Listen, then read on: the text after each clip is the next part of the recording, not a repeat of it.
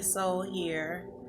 Toda Rabbi for coming back to join me today. We are doing the third part.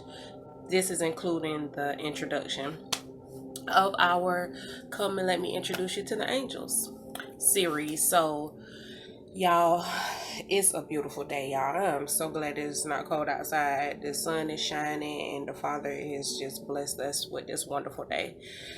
This is the day that Abba Yah has made, and we will rejoice and be glad in it. So today, first of all, I want to say Toda Rabba Abba Yah for this day, and then I want to say Toda Rabba to you all for coming back to get this information, to share these moments together, and to hear what thus says Yahweh. So today I want to do things a little bit differently. I want to do some praise and worship, maybe one song. I haven't even decided. I was thinking about doing This Is the Day, but I don't know. Anyway, we're gonna do a song, get a Father some praise and some worship, and then we're gonna move on into this: how to sense and call forth your angels. Okay, so let's do Elevate Your Mind. That's my favorite song. Okay, for those of you who don't know it, I'm gonna sing it now, and we are gonna have it for the next time. Turn my music down. All right, this song goes: elevate your mind and let's go higher. Elevate your mind and let's go higher. Elevate your mind and let's go higher. Let's go higher in Yah. Elevate your mind and let's go higher. Elevate your mind and let's go higher. Elevate your mind and let's go higher. Let's go higher in the Lord. Elevate your mind and let's go higher. Elevate your mind and let's go higher. Elevate your mind and let's go higher. Let's go higher in the Lord. Hallelujah.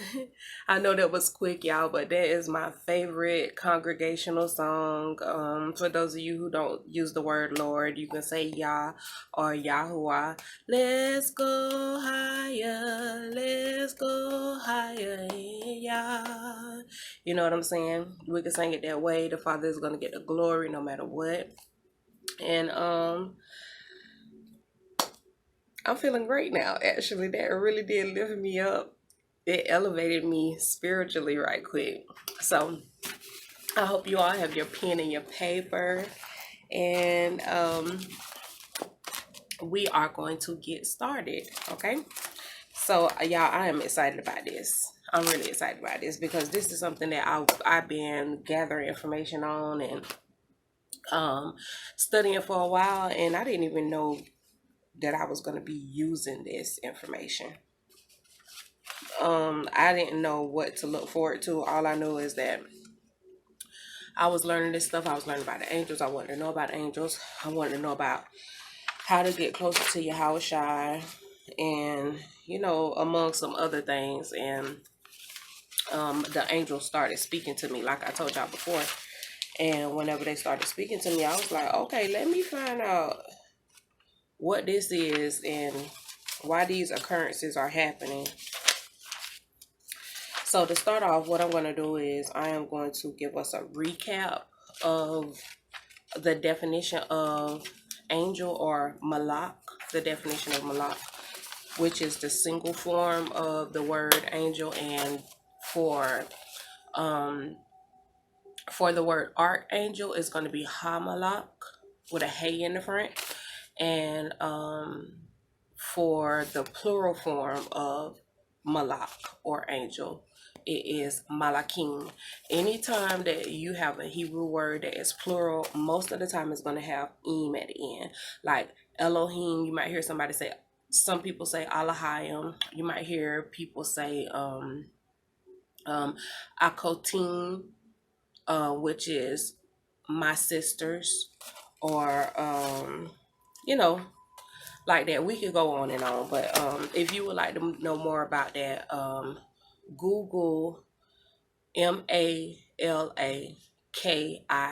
or KYM, and you'll understand more of what I'm saying. So to start off, we're going to go to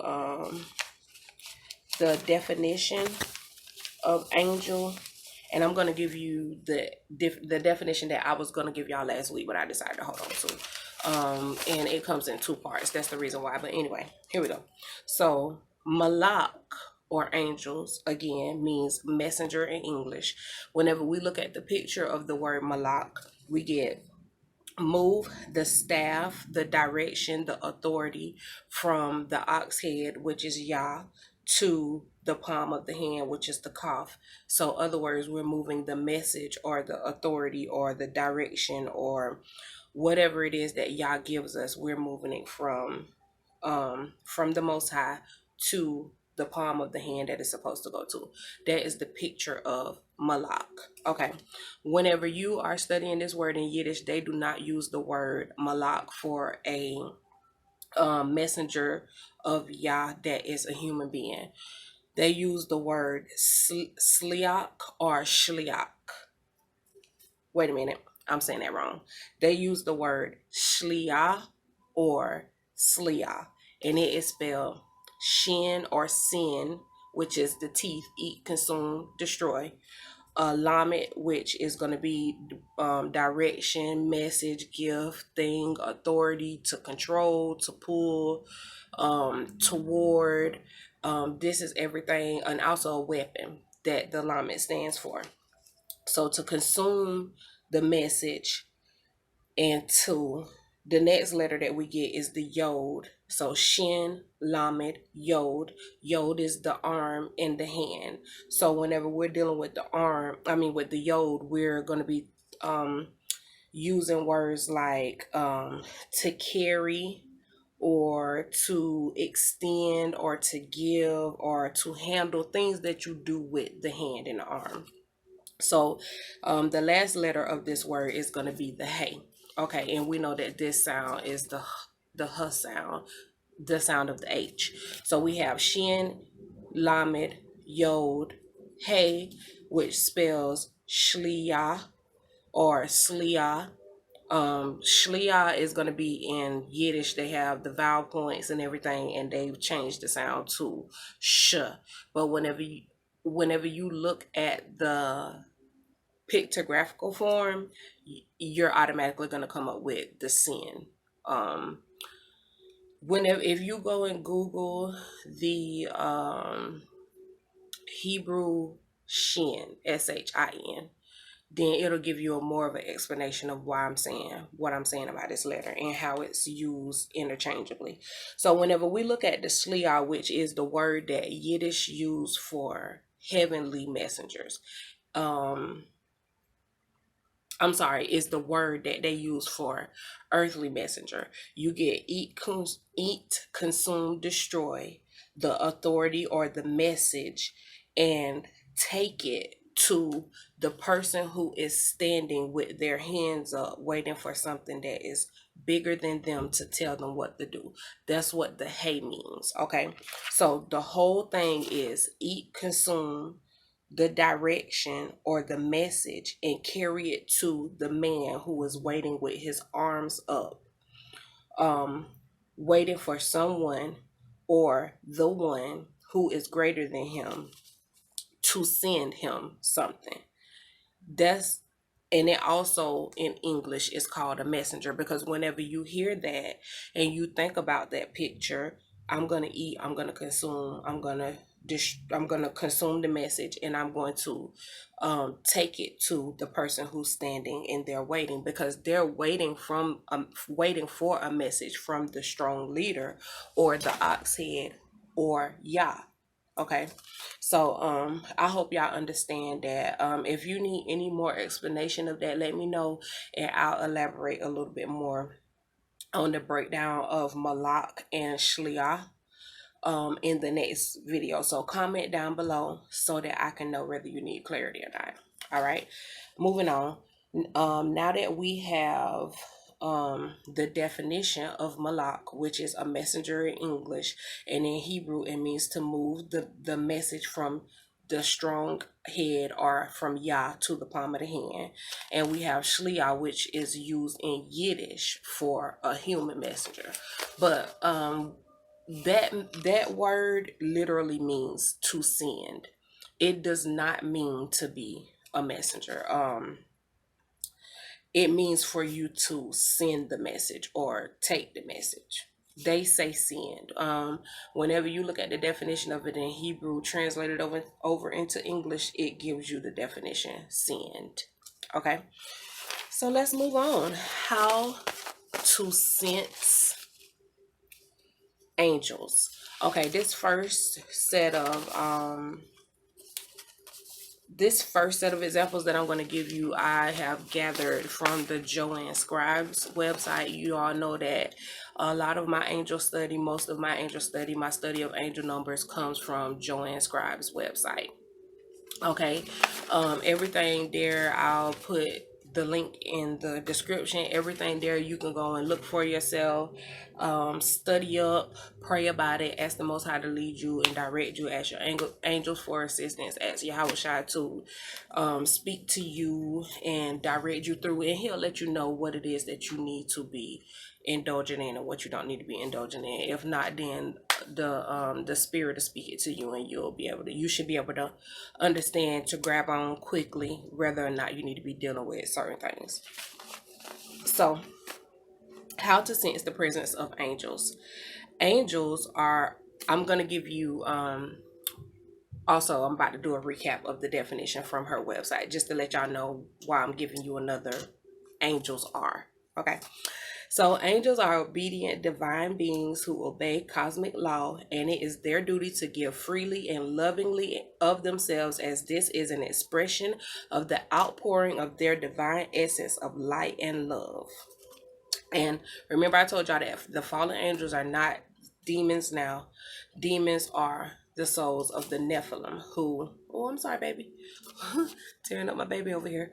Who the Most High washed the earth clean and killed all of them. Okay, so next we see the site says, since many never actually see them, it is very important to learn how to sense them. I'm sorry, y'all. By sensing their presence, angels can be sensed by all human senses.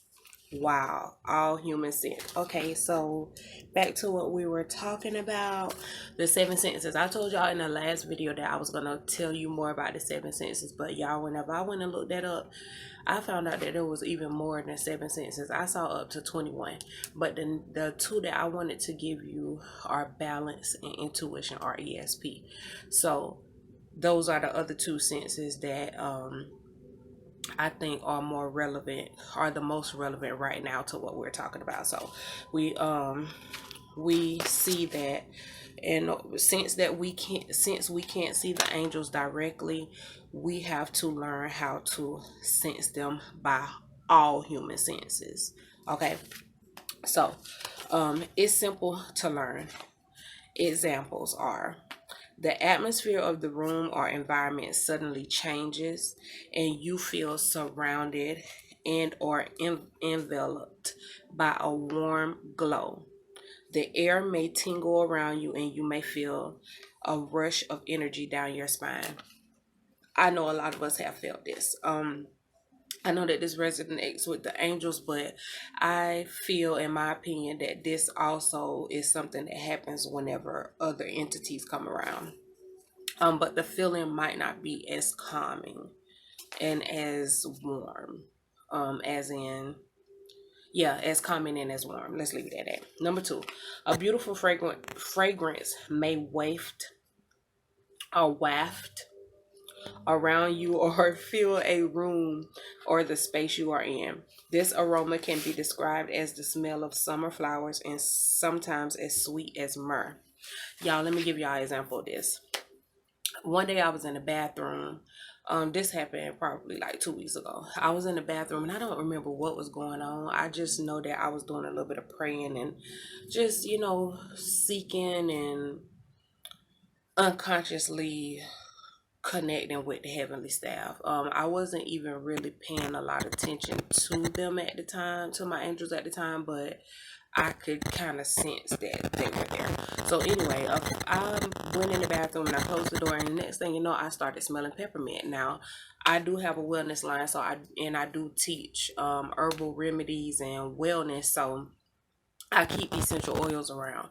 But I had touched the peppermint bottle a while ago, but the whole time I was in the bathroom, I was not smelling any peppermint until I had a sense that my husband had came in the house, which it wasn't him. He hadn't walked in yet. And I had this strong sense of peppermint. So like 3 minutes later, my husband came walking in the house and he came into the bathroom.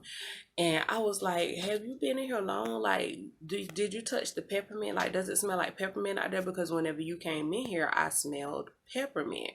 Y'all, I don't know what it was about, but whenever I walked out of that bathroom and whenever I sniffed my husband, I sniffed around in the living room, in the bedroom, there was no peppermint. So that was quite exciting. That was my first time like smelling a sweet savor. Okay, let's continue.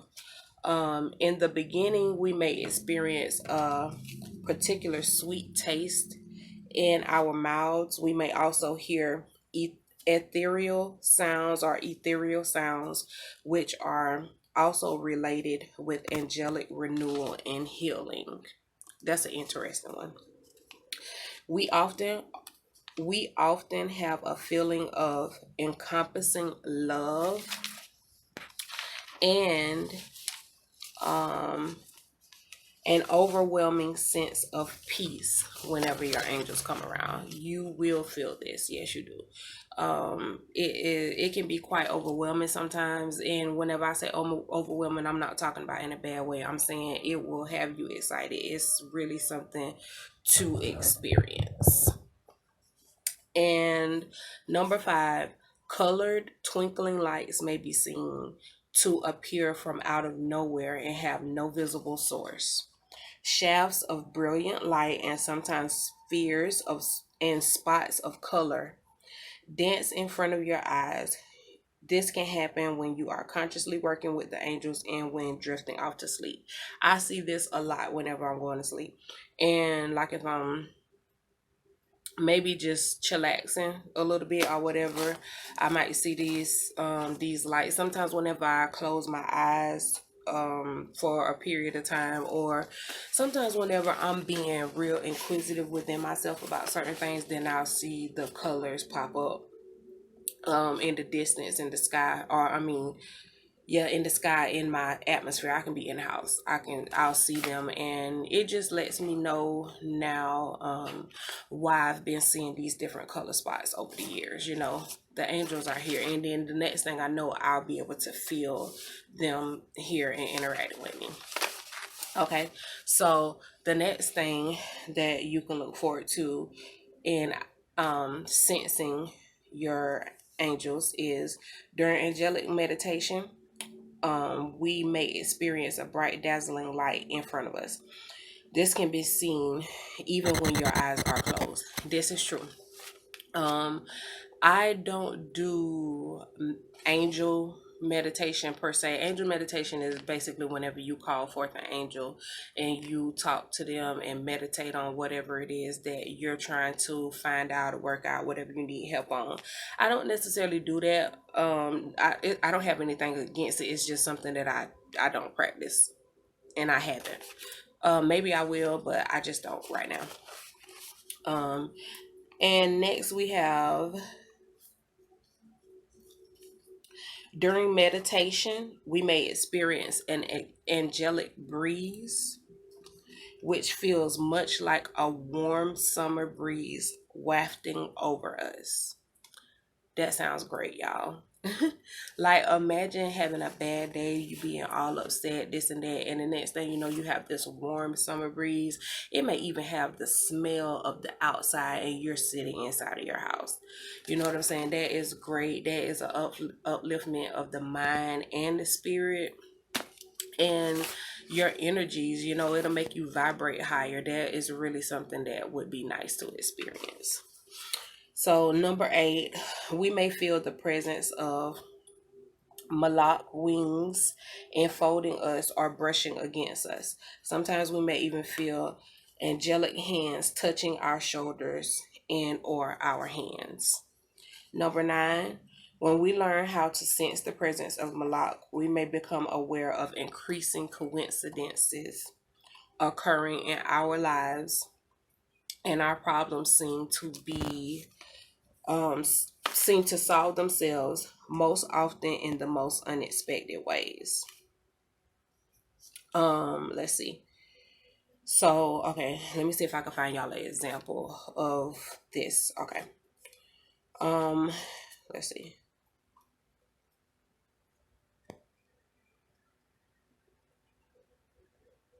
So, okay, I was asking the Most High.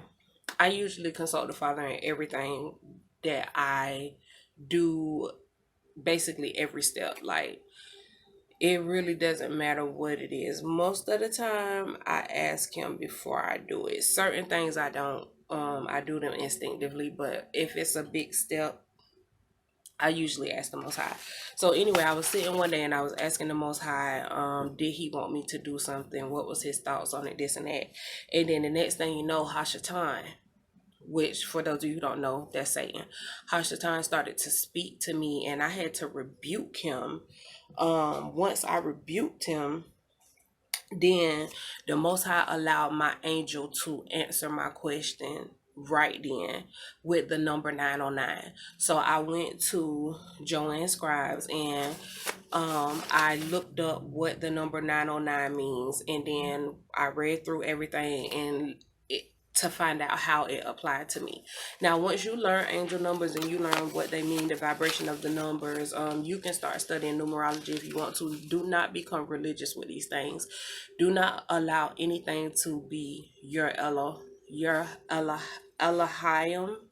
or your Aloha. Let's say that your Aloha over Abaya. You know what I'm saying? You don't bow down to anything or anybody but him. But if you learn the vibration of these numbers, once you learn the vibrations of these numbers, then you'll know why they're coming to you, why you're having all these synchronicities. And you'll start to get different types of number combinations. They won't all be repeating, but once you learn the definition and the function, the vibration, the attributes of different numbers, then you won't have to go to the website to read. The words will start to stick inside of you. Okay, one thing that I want to let y'all know is you don't have to have psychic abilities. You don't have to be a spirit reader. You don't have to be a healer in order for your subconscious mind or your spirit to be able to grasp onto what the angels are saying to you. So what do I mean by that? Whenever you find feathers laying around, the angels are most likely trying to speak to you, especially if it's just weird that you just walking and you finding these different things and it's just like it's been set up and placed. You could be finding coins, you could see different colors, you can have the numbers coming to you, or it could be different patterns, something that you keep hearing coming through the TV or the radio that is coinciding with other things. It's like building pieces to a puzzle or something like that. Whenever you start encountering those things, your subconscious will let you know, okay, the angels are trying to speak to you. Once you become more familiar with the angels, not only the numbers but the angels themselves, and communicating with them, then you won't have to go back to this website for a reference or any other website. I recommend writing down some of the stuff that the numbers stand for, and don't go, On this website, you can go in and you can read everything about the numbers. You can read the good things, the bad things, this and that. We're not trying to paint any kind of characteristics on you or place anything on you. So if I were you, I would read the happy parts of the post, the uplifting, high vibrational parts of the post, because that way you're not letting any negative vibrations in. There's nothing negative that's coming across you, and you don't have to worry about the fact that you are digging into anything that is unrighteous. You deal with the righteous parts of things. There's balance. That's the reason why she gives you the negative attributes or negative vibrations of numbers. Yes, there is a balance, but for right now, we are working on staying vibrationally high, and not putting any worry into our mind. Numbers can't be good or bad. It's a number. It's not a spirit. It's not a principality. It's not a dominion. It's not a demon. It's not a devil. They're numbers. Okay. And the Most High works very closely with numbers. The Father is a Elohim or Elohika. Yeah, I'm trying to learn how to say this word the right way. Elohika of righteousness and of numbers. He's a math dude.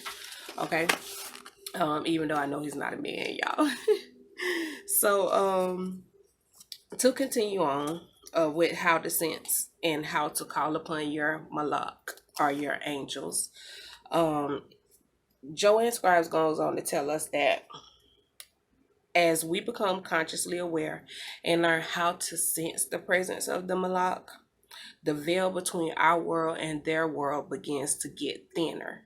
Okay, so that means before, well, I've always been able to sense angels and spirits and things, but before you could sense them, or before you could strongly sense them, and you can strongly pick up their presence in the room, whether you see them, hear them, feel them, whatever.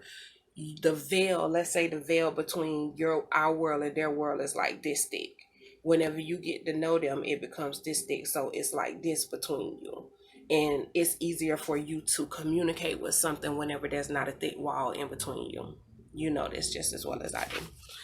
We do not need to be psychic or clairvoyant in order to experience angelic contact and connection. The Malak wish for all of us to communicate with them daily. And this is what I try to do. Sometimes I slip up, but it's not very often. Most of the time I'm talking the angels' heads off. Like I'm sending them here, sending them to my family members, sending extra angels here, asking the Father to send extra angels here. You know, that's what I do. I deal with the angels and the heavenly staff. Okay.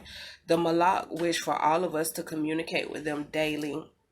Angelic assistance and communication is always available, and all we need to do is ask. Literally, if you want to communicate with the angels, all you have to do is ask.